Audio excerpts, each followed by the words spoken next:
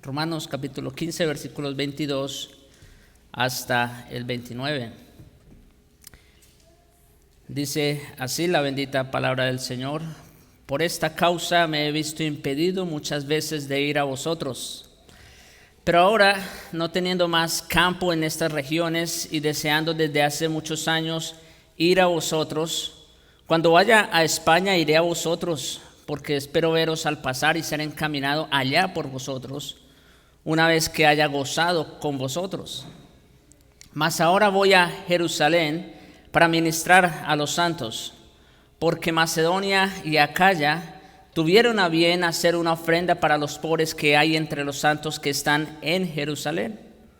Pues les pareció bueno y son deudores a ellos, porque si los gentiles han sido hechos participantes de sus bienes espirituales, deben también ellos ministrarles los materiales. Así que cuando haya concluido esto y les haya entregado este fruto, pasaré entre vosotros rumbo a España, y sé que cuando vaya a vosotros llegaré con abundancia de la bendición del Evangelio de Cristo. Parece que Dios en su providencia preparó todo, ¿no? Porque pues en la mañana los que estuvieron recordarán que trataron en la escuela dominical, el pastor Ricardo trajo este tema de las ofrendas y específicamente trajo el texto de 2 Corintios que acabamos de leer también en la lectura inicial. Y bueno, fue como una especie de preparación también para parte del mensaje que vamos a tener el día de hoy. Entonces, para empezar, en este epílogo, en esta conclusión de la epístola, Pablo procede a establecerse con ellos en un sentido personal, indicando su deseo de corazón para ministrarles y tener comunión con ellos. Él ya ha expuesto toda la doctrina, o sea, todo lo que el Espíritu Santo le iluminó o le inspiró a escribir respecto a la doctrina. Y bueno, sin lugar a dudas, otra vez ya lo hemos dicho, Romanos es la carta, es el tratado teológico por excelencia. Entonces, pero una vez expuesto toda esa doctrina, ahora Pablo procede a dirigirse a ellos en un sentido más personal. Y aquí Pablo hace comentarios adicionales acerca de su ministerio, en especial de sus planes y esperanzas de trabajo para el futuro en el servicio del Señor. Estas expresiones personales de hecho revelan algunas verdades que son más implícitas que explícitas y generales antes que específicas. Es decir, revelan sí el deseo, lo que hay en el corazón del apóstol, y por supuesto también va a traer algunas aplicaciones para nosotros. A medida que Pablo descubre su corazón a un grupo de creyentes, la mayoría de los cuales no había conocido personalmente y que vivían en un lugar que él nunca había visitado, el apóstol suministra algunos principios valiosos para todo el que lee esta epístola. Como les decía alguna vez, es verdad, estamos en las últimas palabras, cerrando la epístola, pero estos deseos de Pablo, su plan ministerial y todos estos saludos personales, en fin, no está por demás en la epístola. No apaguemos nuestros receptores aún. Hay mucha riqueza que podemos encontrar en estas palabras. Hace 15 días vimos 5 características de un predicador fiel, recordarán. Y como decíamos, es que todos de alguna manera somos ministros del Señor, ¿recuerdan? Somos ministros del Señor a tiempo completo. Y vimos 5 características de un predicador fiel. En primer lugar, que no se envanece, predica el evangelio completo, predica y aplica. Su predicación es autenticada por el Espíritu Santo y su obra es cabal y completa. Ahora, en Romanos 15, del 22 al 29, que es nuestra porción de estudio, Pablo demuestra en su propia vida 4 características o elementos de su propio ministerio que deberían ser evidentes en la vida y ministerio de todo creyente que se haya comprometido a hacer la voluntad de Dios. En otras palabras, de todo creyente, ¿no es cierto?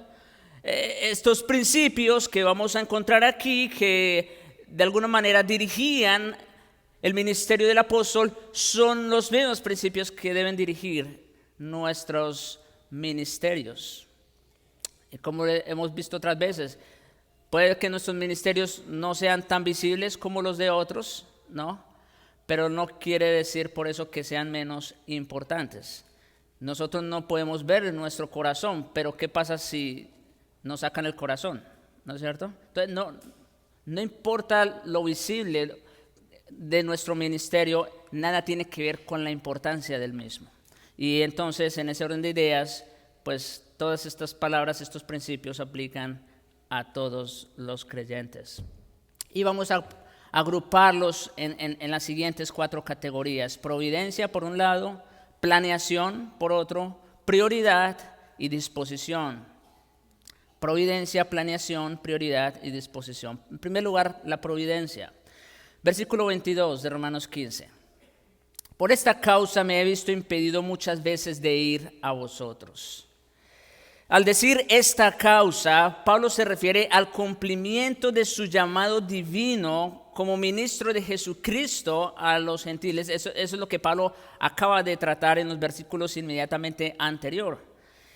Entonces, Pablo se está refiriendo al cumplimiento de ese llamado a ser apóstol de Jesucristo a los gentiles, desde Jerusalén y por los alrededores hasta Ilírico. ¿Recuerdan?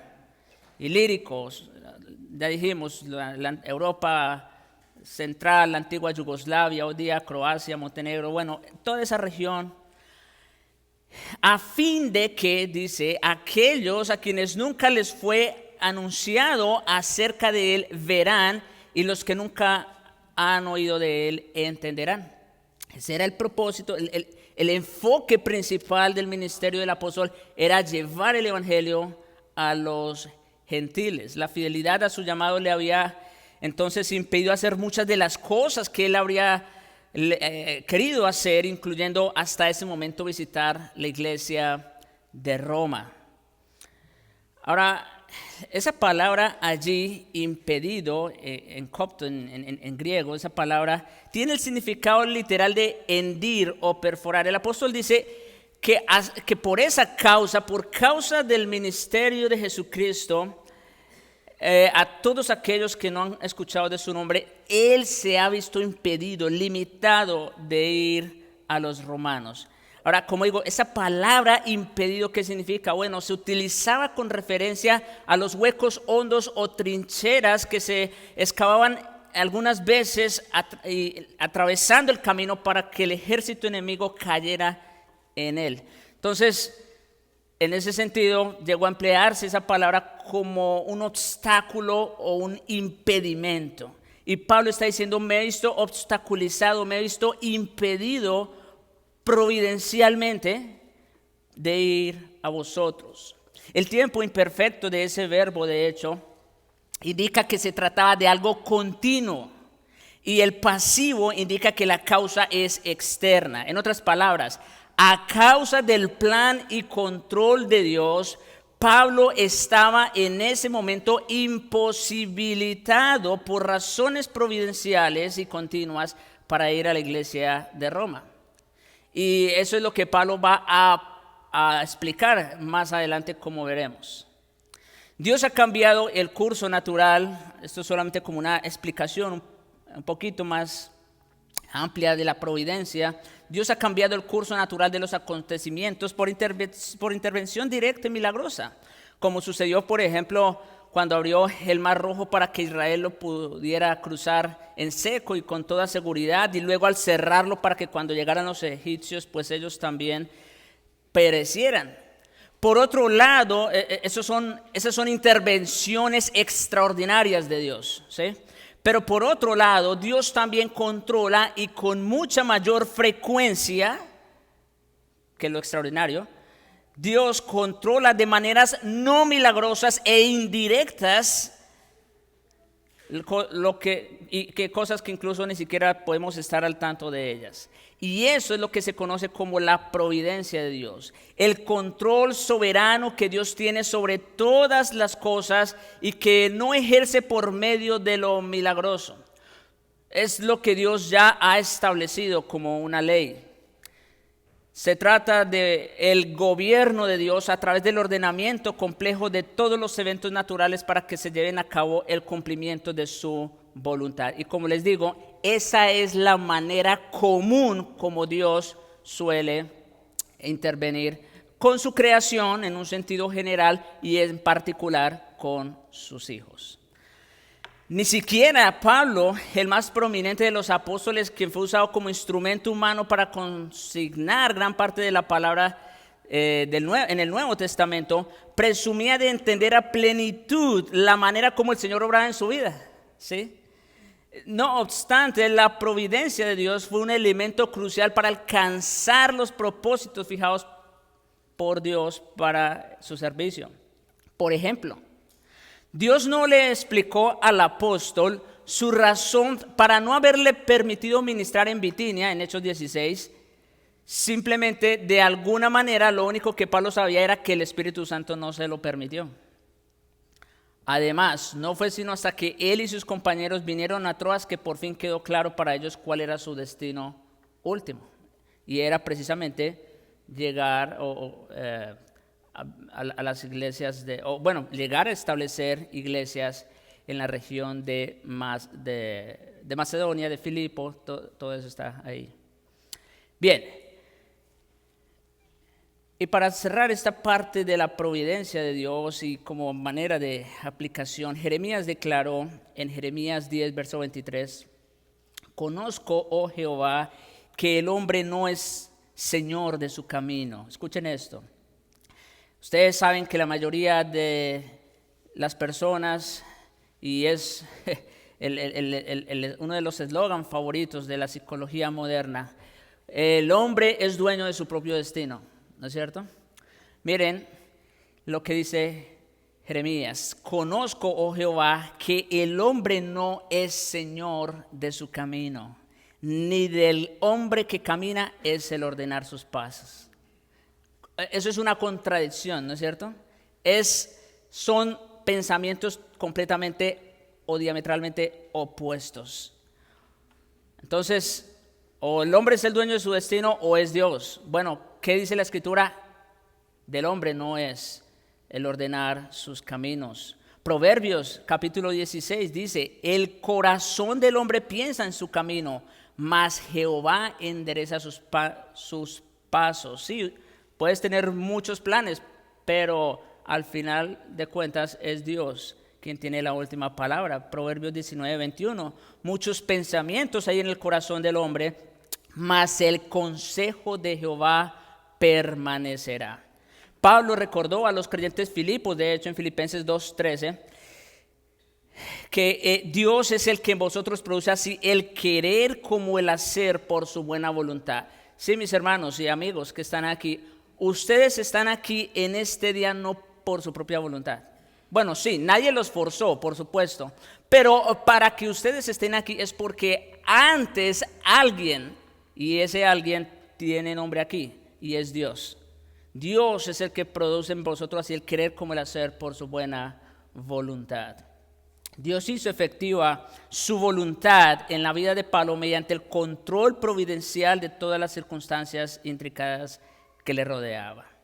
Ok, entonces hemos visto esa parte de la providencia. Pablo se había impedido providencialmente de visitar a los hermanos en Roma. Dios todavía no le había mostrado claramente que tenía que llegar hasta allá. Sin embargo, mis hermanos, llegamos al versículo 23 y 24 de Romanos 15. Pablo dice, pero ahora, no teniendo más campo en estas regiones, desde Jerusalén hasta Ilírico, y deseando desde hace muchos años ir a vosotros, cuando vaya a España, iré a vosotros, porque espero veros al pasar y ser encaminado allá por vosotros una vez que haya gozado con vosotros. Un segundo elemento que opera en la vida de un creyente que cumple fielmente su llamado divino es la prudencia en los planes para el ministerio. La prudencia en los planes para su ministerio. Noten que la providencia de Dios no le impedía a Pablo hacer planes, si se dan cuenta. Aquí Pablo está planificando algo. Dice, no teniendo más campo en estas regiones, deseando desde muchos años ir a vosotros, cuando vaya a España, iré a vosotros. ¿Sí? Contrario a como puede parecer a primera vista, la planeación sensible y cuidadosa por parte del pueblo de Dios no indica necesariamente una falta de confianza en su providencia. No, tenemos que planear, es bueno planear. Por otro lado, esperar en la providencia del Señor no es una actitud que excluya la planeación personal. Ahora, el requisito previo sí es, por supuesto, que nuestra planeación, sin importar con cuánto cuidado y sinceridad sea hecha, esté sujeta por completo y de continuo al control y alteración del Señor, tal como sucedió en los planes que tenía Pablo de ministrar en Bitinia y después en Roma. O sea, vamos a planear, sí, eso está bien, pero siempre tomando en consideración que el Señor tiene la última palabra. El apóstol creía, y aquí también hago énfasis en esta palabra, el apóstol creía que no teniendo más campo en estas regiones donde había estado ministrando, ya le era posible cumplir lo que había estado deseando por muchos años, que era ir a Roma. Ahora bien, Pablo no estaba afirmando que Dios le hubiese llamado a ministrar en Roma o en España, pero sí tenía la firme esperanza de hacerlo e hizo planes para realizar ambos ministerios. Noten, Pablo creía que no teniendo más donde predicar el evangelio, ahora entonces sí, pues podía ir a predicar allá. Sin embargo, bueno, nosotros conocemos un poco la historia, vemos cómo fue que llegó Pablo a Roma, ¿no es cierto? Llegó, sí, pero llegó como preso y bueno, en fin, no estamos seguros de si alcanzó a llegar hasta España, en fin. Pero otra vez, el punto es, no por eso Pablo dejó de hacer planes. Pablo tenía un fuerte deseo de ver a los creyentes en Roma al pasar, como lo expresó en el capítulo 1, versículos 10 al 13. Dice, esperando que de alguna manera tenga al fin por la voluntad de Dios un próspero viaje para ir a vosotros. Y luego dice, porque deseo veros, o sea, el deseo de Pablo de conocer, de tener comunión con estos hermanos, era genuino.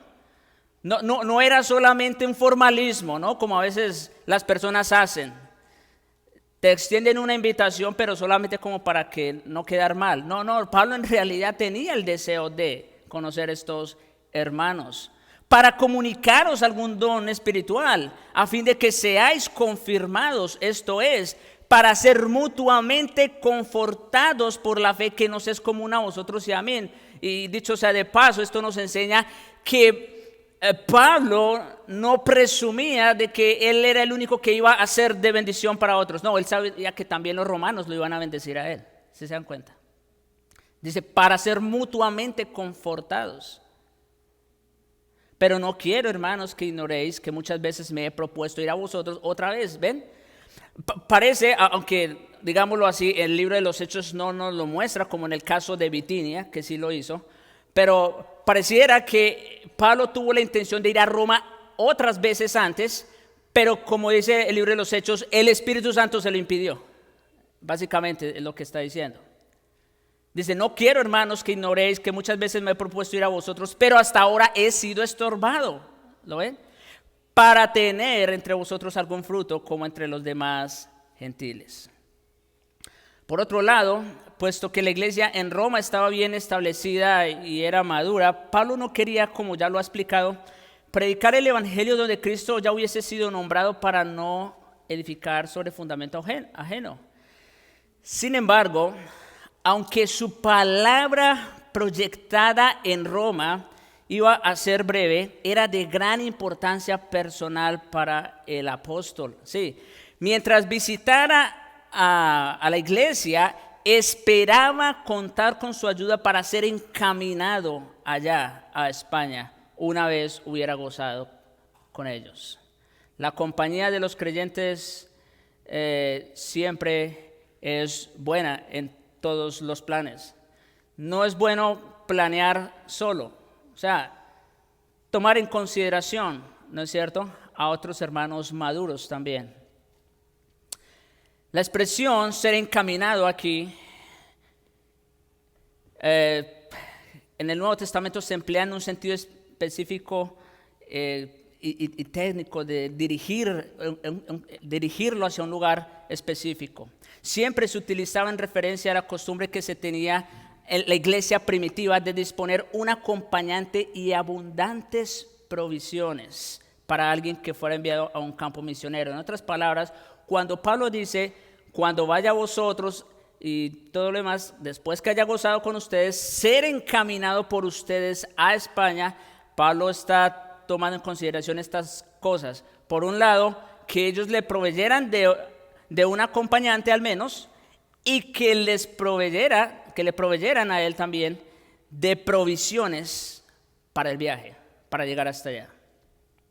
Tiene que ver, como decíamos, con lo que vimos en la mañana, ¿no?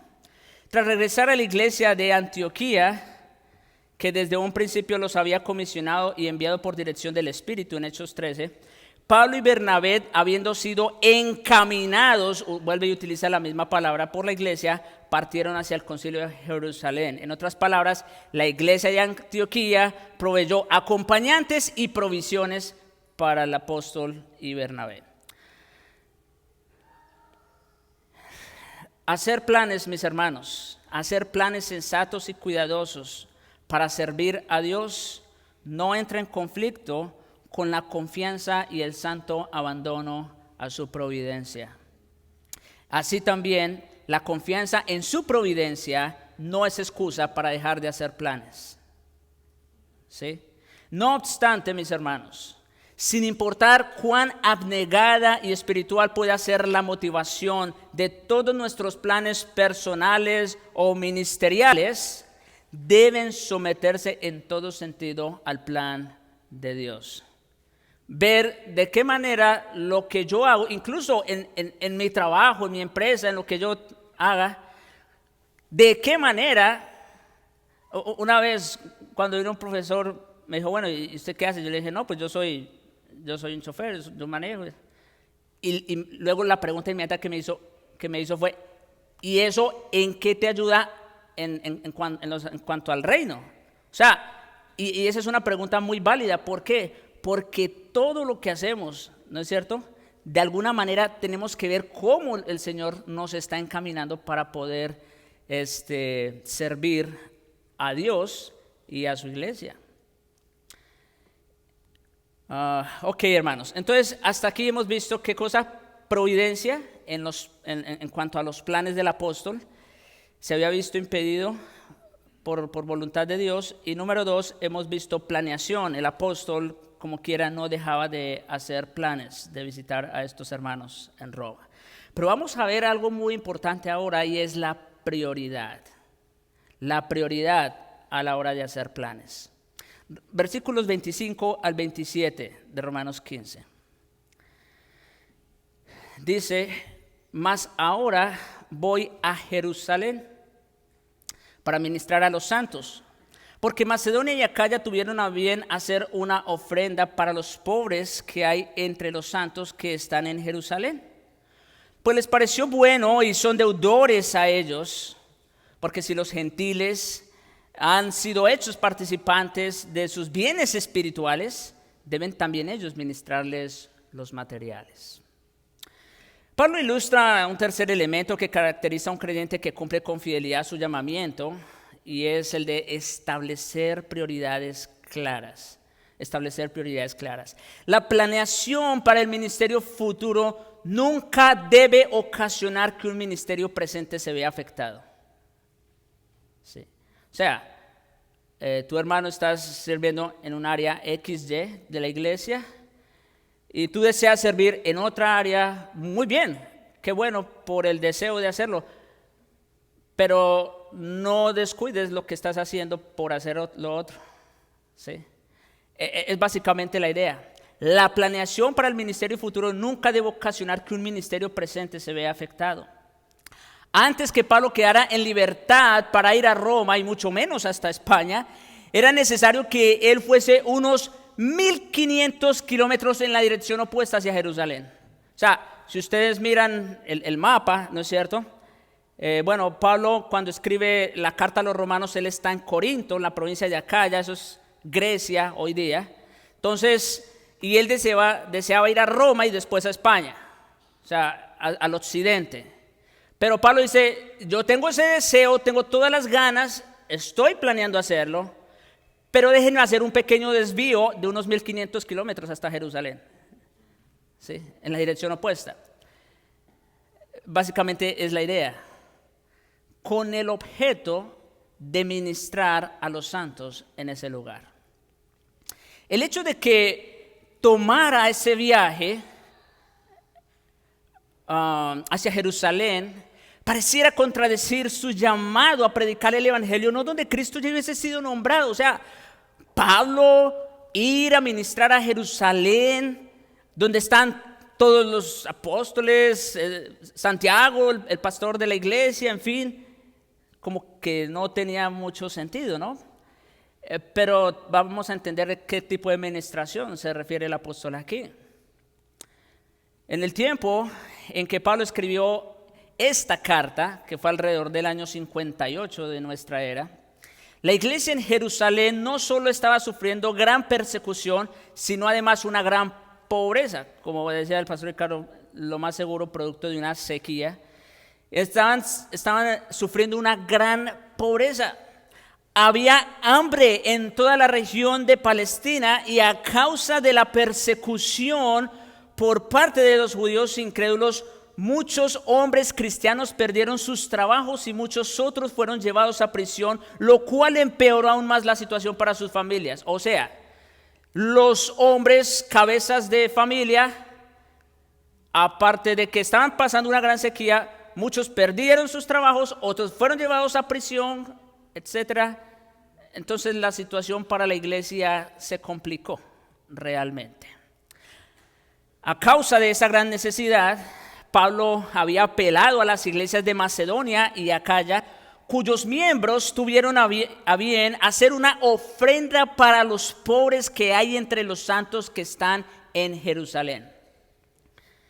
En su primera carta a Corinto, que está en la provincia de Acaya, como dije, 1 Corintios 16, el apóstol escribió: en cuanto a la ofrenda para los santos, esa ofrenda de la que habla Pablo allá en 1 Corintios 16 es la misma de la que está hablando aquí en Romanos 15.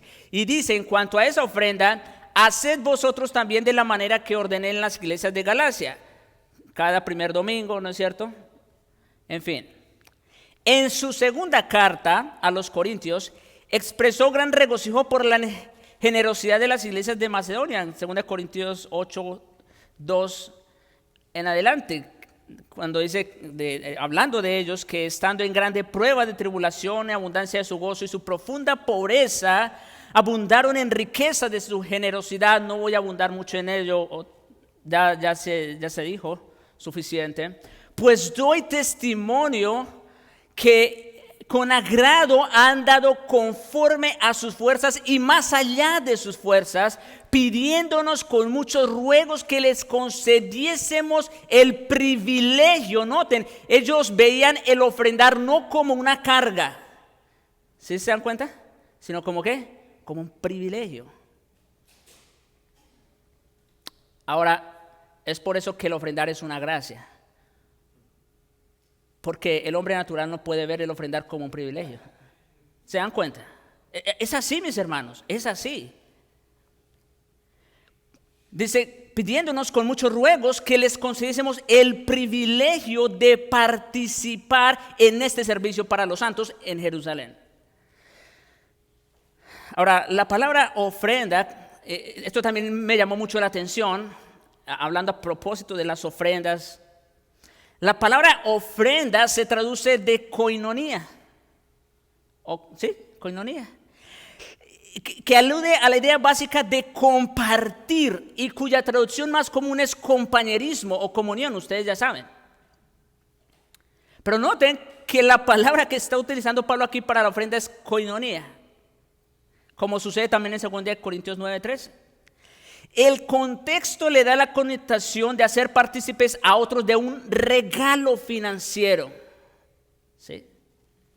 Parece que el interés de Pablo era fortalecer la koinonía del compañerismo espiritual entre judíos y gentiles, que por cierto no era muy buena, por medio de la koinonía del apoyo material. ¿Se dan cuenta? Pablo, con esas ofrendas de los hermanos, en su mayoría gentiles de Acaya y Macedonia, tenía la intención de fortalecer la koinonía, la comunión espiritual de judíos y gentiles por medio de la koinonía del apoyo material.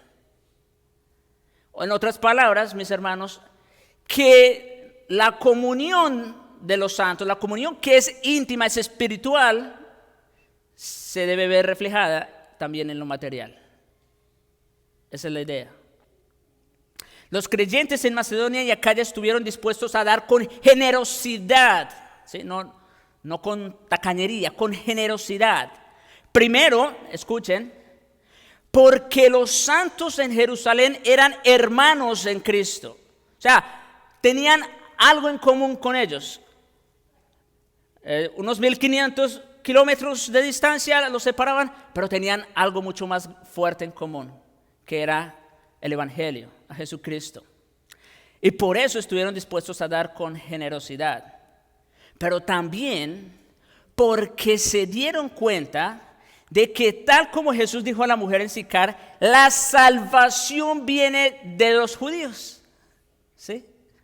Por lo tanto, los gentiles que contribuyeron a los santos en Jerusalén estaban reconociendo que eran deudores a esos judíos. Porque si los gentiles, dice nuestro texto, han sido hechos participantes de sus bienes espirituales, estos hermanos gentiles estaban reconociendo que estaban en deuda con sus hermanos judíos porque ellos les habían hecho partícipes de los bienes espirituales. Y ellos, sí, claro, otra vez, por la gracia de Dios, entendieron que esos bienes de los cuales los judíos les habían hecho partícipes era un bien sumamente grande, sumamente importante. Por lo tanto, como Pablo sigue explicando, deben también ellos, o sea los gentiles, ministrarles los materiales o con dinero. Ahora, esa palabra aquí, ministrarles, viene de liturgo, que es el término griego del cual obtenemos la palabra liturgia y se empleaba con referencia al servicio sacerdotal como lo hizo Pablo en el verso 16. En otras palabras, que aún esta ofrenda generosa de bienes materiales era un acto de adoración. Eso también se dijo en la escuela dominical. La ofrenda es un acto de adoración. Así como el hecho de ustedes estar escuchando aquí una prédica, como el hecho de ustedes participar de los cantos, de la cena, la ofrenda tiene la misma importancia. Ahora quiero hacer una nota aquí. No era que el hecho de que los gentiles fuesen deudores a los judíos en un sentido material y espiritual hiciera menos significativa o amorosa su generosidad, porque alguien puede decir, bueno, pues eran deudores, entonces pues lo justo era que le devolvieran algo. No. Eso para nada quita su generosidad. El deber no excluye la posibilidad de su cumplimiento voluntario y gustoso. ¿Sí? Aún el deber más exigente o la deuda más grande puede cumplirse y pagarse de buena disposición y con alegría. Y los cristianos macedonios y acayos cumplieron su deber y reconocieron su deuda espiritual con disposición gozosa, no quejándose. No porque se sintieran forzados a hacerlo. Lo hicieron con gozo, con alegría. Atendieron a las palabras del apóstol en su segunda carta, capítulo 9, verso 7. Cada uno dé como propuso en su corazón, no con tristeza, ni por necesidad, sino ¿cómo? Con gozo, con alegría, porque Dios ama al dador alegre. Los creyentes en Macedonia y Acaya no solo estuvieron dispuestos a dar con generosidad, sino que les pareció algo bueno y lo hicieron con gusto. Se trataba de una deuda de amor. Esa es la palabra clave aquí. Se trataba de una deuda de amor. Como dijo Pablo antes, no debáis nada los unos a los otros, sino el amaros. ¿No recuerdan? No debáis a nadie nada, sino el amaros los unos a los otros. Igual que la que tenemos hoy día con aquellas, igual que la deuda que tenemos hoy día con aquellos que nos hacen partícipes de los bienes espirituales ministrando la palabra de Dios. Sí, porque quizás, nosotros aquí pues no conocemos judíos creyentes, ¿no es cierto?, a quienes de pronto podamos prestarles un servicio, como en el primer siglo. Pero, ¿cómo aplica esto a nosotros? Bueno, nosotros podemos hacer partícipes de nuestros bienes materiales a aquellos que nos hacen partícipes a nosotros de los bienes espirituales. Esa es la manera como aplica a nosotros. Y algo más. Porque acuérdense, Pablo tenía el deseo de visitar a los creyentes en Roma cuando fuera a España. Dice, pero déjenme desviarme tantito a Jerusalén. Ahora, la pregunta es, ¿por qué Pablo simplemente no mandaba la ofrenda con alguien, ¿no? Con algún hermano? Bueno, a Pablo le enviaron una ofrenda los filipenses por medio de Epafrodito, ¿no es cierto? Ahí está registrado. ¿Por qué Pablo no mandaba a un hermano con esta ofrenda a Jerusalén y se ocupaba de sus asuntos más importantes, se pudiera decir? Bien, hermanos, debemos recordar lo siguiente. Durante su viaje anterior a Jerusalén, Pablo y Bernabé habían recibido la diestra en señal de compañerismo por parte de Jacobo, Pedro y Juan, para que nosotros fuésemos a los gentiles, lo cual ya estaban haciendo, ¿no es cierto? Y ellos, Pedro, Juan, Jacobo, a la circuncisión o a los judíos. Escuchen lo que sigue, verso 10. Solamente nos pidieron que nos acordásemos de los pobres. Eso fue un encargo que le hicieron a Pablo, que se acordara de los pobres, lo cual también procuré hacer con diligencia. Sí, es por esa razón que Pablo se propone con todas sus fuerzas invitar a estos hermanos macedonios y de Acaya a recolectar una ofrenda para los pobres en Jerusalén. Era un encargo que le habían hecho. Y claro, como él dice aquí, lo cual procuré con diligencia hacer. Y no porque esto fuera una carga, no, Pablo lo hizo con todo el gusto. Así como los hermanos al hacer la colecta lo hicieron con gusto, Pablo también lo hizo con gusto. Además, en este periodo, cuando todavía existía una animosidad y desconfianza considerables entre creyentes judíos y gentiles, Pablo tenía el firme compromiso de llevar esa ofrenda al lado de representantes de las iglesias gentiles que le habían dado con el fin de promover la armonía dentro del cuerpo de Cristo. A ver, para poner un poquito de perspectiva a esto, imagínense ustedes que Pablo simplemente manda a un hermano X y dice, aquí vengo, me mandaron con este encargo. Pues sí, seguramente lo hubieran recibido, pero eso hubiera sido todo. Pero mire lo que Pablo hace. Pablo se propone ir a Jerusalén, sí, acompañado de representantes de esas iglesias, para que cuando él llegue a Jerusalén, él pueda decirle a los apóstoles allá y a sus hermanos que están allá, decirles, Miran, estos hermanos son el fruto del trabajo que he hecho en el Señor. Y esta ofrenda es el fruto de la obra de Dios en la vida de ellos. Wow, eso sí era mucho más impactante. Promover la armonía dentro del cuerpo de Cristo, la coinonía, como se dijo hace un momento. Fortalecer la coinonía espiritual a través de la material.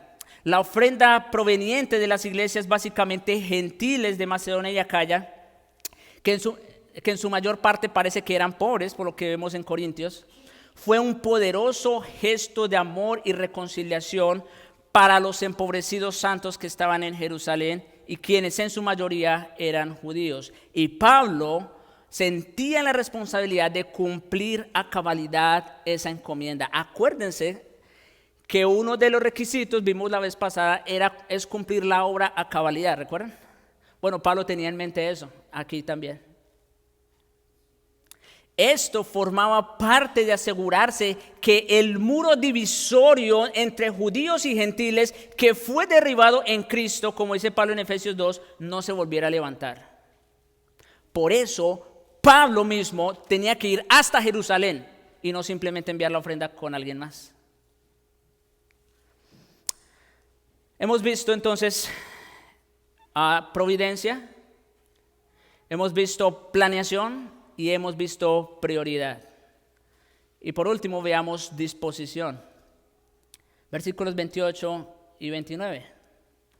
Así que cuando haya concluido esto y les haya entregado este fruto, noten la expresión aquí, les haya entregado este fruto, pasaré entre vosotros rumbo a España. Y sé que cuando vaya a vosotros llegaré con abundancia de la bendición del Evangelio de Cristo.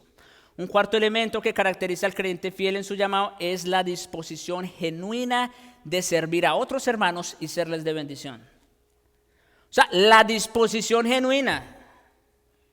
Pablo tenía la prioridad inmediata de demostrar el amor de los gentiles hacia los creyentes judíos, mediante la entrega de la ofrenda a las iglesias gentiles para la iglesia en Jerusalén. El apóstol quería asegurarse de dejar entregado ese fruto, otra vez, ese es el fruto, para confirmar con su sello apostólico el amor y gratitud genuinos de aquellos representantes gentiles con respecto a esta contribución conciliatoria a los santos judíos en Jerusalén. Pablo quería asegurarse de eso. Por eso no mandó a alguien más, fue él mismo. Sin embargo, el apóstol no pierde de vista su plan de visitar a la iglesia en Roma. Es interesante.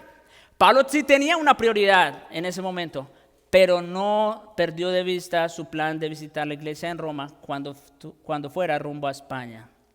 Dice, así que cuando haya concluido esto, ¿qué cosa?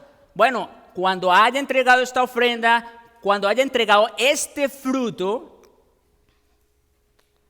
pasaré entre vosotros rumbo a España. Él en realidad deseaba conocer a estos hermanos, tener comunión con ellos, ministrarles y ser ministrado por ellos. Tenía todas las intenciones de visitarlos y ser encaminado por ellos rumbo a España. Su plan se mantenía firme. No solo esto, el hecho de que Pablo diga sé indica su seguridad absoluta de que el llegar a Roma sería con abundancia de la bendición del Evangelio de Cristo. Ahora, otra vez, conociendo un poco el final de la historia en Hechos 27, 28 y datos extrabíblicos, uno pareciera decir, espérate, pero Pablo parece que no llegó tan bendecido a Roma, porque él llegó como prisionero. Entonces, explícame, ok. Puesto que el apóstol vivía de una manera continua, en obediencia al Señor y su vida siempre estaba bendecida, él podía ser de bendición a otros. Dicho sea de paso, aquí rápidamente un paréntesis, incluso cuando iba para España, ustedes recordarán que iba en la embarcación, hubo una tormenta, el barco naufragó, los capitanes asustados. ¿Y qué pasó? ¿Recuerdan? Sí, ahí está, el Espíritu de Dios les reveló: tranquilos, ninguno en esta embarcación se va a perder, ninguno va a perecer. O sea, ¿cómo aún, cierto, en una condición de prisionero, Pablo pudo ser de bendición para otros que ni siquiera tenían nada que ver todavía con el Evangelio? Es interesante, es sumamente interesante. Es obvio que esa bendición de la que se está hablando aquí no le hacía exento de penalidades y aflicciones físicas, como también se lee en 2 Corintios 12, por ejemplo. Es obvio que esa bendición no le hacía exento de eso, pero nada físico podía privarle de gozar la abundancia de esa bendición espiritual. En otras palabras, Pablo no medía la bendición según su estatus financiero. ¿Se dan cuenta? Pablo no medía la bendición según su estado de salud. ¿Sí? Pablo no medía la bendición según su estado de ánimo. Tampoco. No. Pablo medía la bendición, pero en un sentido espiritual. En un sentido espiritual. A causa de su servicio para Cristo, sufrió cárceles, golpizas, apedreamientos, peligros de los gentiles, de los judíos y una multitud de otras penalidades. 2 Corintios 11, ustedes pueden leer allá. A pesar de todo, ninguno de esos problemas externos pudo robarle su bendición interna. Al contrario, fue estando, esto me llamó muchísimo la atención también, fue estando privado de su libertad en Roma que él escribió a los Filipenses, capítulo 1, versos 12 en adelante, lo siguiente. Noten, Pablo encadenado, ya estaba aquí, ya Pablo está en Roma, ya se le cumplió el deseo que vimos en Romanos. Él tenía el deseo de conocer, sí, ya está en Roma, solo que no está en la condición que él esperaba llegar. Y mire lo que él escribe estando en esa condición. Filipenses 1, versículos 12. Las cosas que me han sucedido han redundado más bien para el progreso del Evangelio. ¿Se dan cuenta? ¿Cuál era el estándar que Pablo tenía para saber lo que era una bendición o no? No era su estado físico, emocional, no era su condición financiera, no. Dice, las cosas que me han sucedido, o sea, incluyendo estas cadenas, han redundado más bien para el progreso del Evangelio, de tal manera que mis prisiones se han hecho patentes en Cristo, en todo el pretorio y a todos los demás. Saben, ustedes otra vez pueden ir al libro de los Hechos y ver que Pablo tuvo la oportunidad incluso de predicar el Evangelio a altos magistrados de Roma, como Félix, como Festo, como Agripa, ¿no es cierto? Miren lo que dice: en mis prisiones se han hecho patentes en Cristo en todo el pretorio y a todos los... O sea, wow, Pablo aprovechó las cadenas como una oportunidad más para predicar el Evangelio. Es, mis hermanos, a esa abundancia de la bendición del Evangelio de Cristo que Pablo se está refiriendo en Romanos 15. Cuando Pablo dice que iré a vosotros cuando vaya a España con abundancia de la bendición del Evangelio, Pablo no estaba pensando, voy a llegar con muchas dádivas, con muchos dones para bendecirlos a ustedes aquí. No. Seguro que eso no era lo que tenía en mente. Pero la abundancia de la bendición era con respecto al Evangelio. Y sigue diciendo en Filipenses, y la mayoría de los hermanos, esto también es sumamente interesante. No solo Pablo en la prisión tuvo la oportunidad de promover el Evangelio, sino que dice, y la mayoría de los hermanos cobrando ánimo en el Señor con mis prisiones, o sea, que los creyentes, viéndolo a él en la condición en la que estaba, se atreven mucho más a hablar de la palabra sin temor. Wow, o sea que parece que esta condición lamentable, entre comillas, y lo digo entre comillas porque aunque él estaba preso, parecía que esa prisión había ayudado para que el evangelio se expandiera aún mucho más. Dice, se atreven mucho más a hablar la palabra sin temor. De todas maneras, versículo 18, Cristo es anunciado y en esto me gozo y me gozaré aún. Eso era lo que Pablo tenía como la mayor bendición, que Cristo fuera anunciado. Las penalidades de Pablo le dieron mayor oportunidad de ser ministro de Jesucristo a los gentiles y para poder presentarlos a Dios como una ofrenda agradable santificada por el Espíritu Santo. Por esa razón recibió la bendición que solo un servicio tan abnegado puede traer. Mis hermanos, ¿qué vemos aquí? Bueno, a veces decimos, bueno, pues por un lado no estoy de ánimo, o no, pero es que tienes que entender mi situación. Las personas con las que trabajo, usted no las conoce. Sí, es verdad, quizás no sé. Mi familia, ¿no? En fin. Mire, Pablo no tuvo ningún obstáculo al respecto. Siempre, sin importar cuál fuera su situación, siempre fue un canal de bendición para otros. Él no era la fuente de la bendición, como vamos a ver en un momento. Él era el canal. Oh, mis hermanos, el Señor nos conceda vivir fielmente de acuerdo a nuestro llamado, entendiendo su providencia así en nuestras vidas y ministerios, planeando y estando siempre dispuestos a servir y bendecir a otros con los dones que Él mismo nos ha dado. Otra vez, somos ministros de Jesucristo a tiempo completo. No, quisiera que el Espíritu Santo grabara esto en vuestros corazones. Somos ministros de Él a tiempo completo, con los dones que Él nos ha dado, aun cuando el costo de hacerlo sea alto, como en el caso de Pablo. Nuestro Señor Jesucristo lo hizo así, en Marcos 10:45, porque el Hijo del Hombre no vino para ser servido, escuchen, sino ¿para qué? Para servir y para dar su vida en rescate por muchos. Pablo fue un canal de bendición en todas las circunstancias. Jesucristo mismo es la fuente de la bendición, porque Él vino para servir y para dar su vida, ¿sí? O sea, que la mayor de las bendiciones que podemos tener es Jesucristo mismo.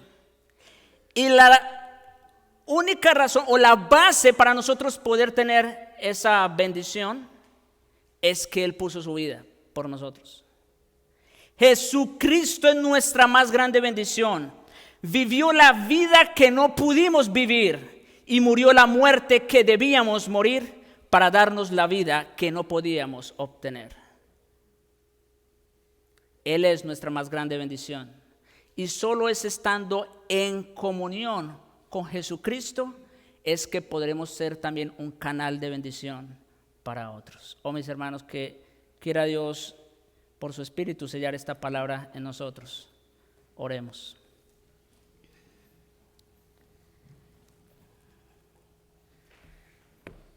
Padre Santo, bendito Señor, digno y alabado eres. Gracias te damos, Señor, por esta tu palabra que nos has traído en este día. Gracias te damos, Señor, porque no se debe absolutamente en nada a nosotros. Eres tú, Señor, quien pones el querer como el hacer por tu buena voluntad.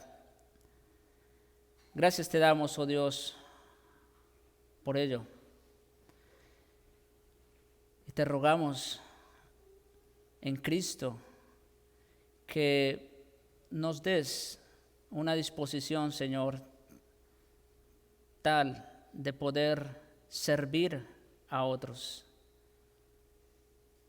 Servirte a ti, Señor, más allá de las circunstancias, más allá, Señor, del costo que eso implique. Cambia en nosotros, Señor, esa actitud, Señor, de conformismo. Y ayúdanos, oh Dios, danos una mente renovada, una mente transformada, que podamos entregarnos a nosotros mismos, como lo hicieron los hermanos de Macedonia y de Acaya, para después entregar lo menos. Te suplicamos, oh Dios, sé con nosotros, bendice esta iglesia, te lo pedimos en Jesucristo. Amén.